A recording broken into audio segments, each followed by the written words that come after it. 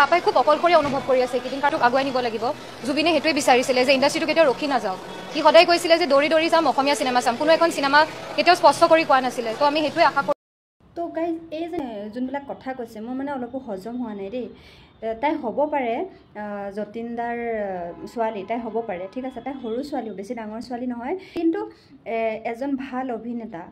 মই যতীনদাক বহুত ভাল পাওঁ, যতীনদাৰ সকলো ফিল্ম চাই বহুত ভাল লাগে। কিন্তু এই মানে যতীনদাৰ ছোৱালী হয়, যতীনদা এজন ইমান ভাল অভিনেতা হয়, যতীনদাৰ ছোৱালীজনী যে ইমান মানে কথা কোৱা ষ্টাইলবিলাক মোৰ অকণো ভাল লগা নাই, অলপো হজম হোৱা নাই।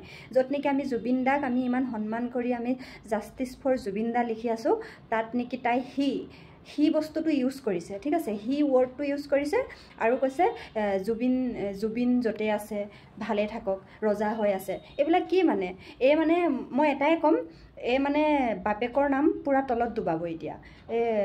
নোলাই ঘপককৈ ওলাই গৈছেতো, এতিয়া বাপেকৰ নাম মানে মিট্টিত মিলাই দিবই, গম পাইছে? মানে মোৰ একদম হজম হোৱা নাই, সেইকাৰণে কৈ দিলোঁ আৰু।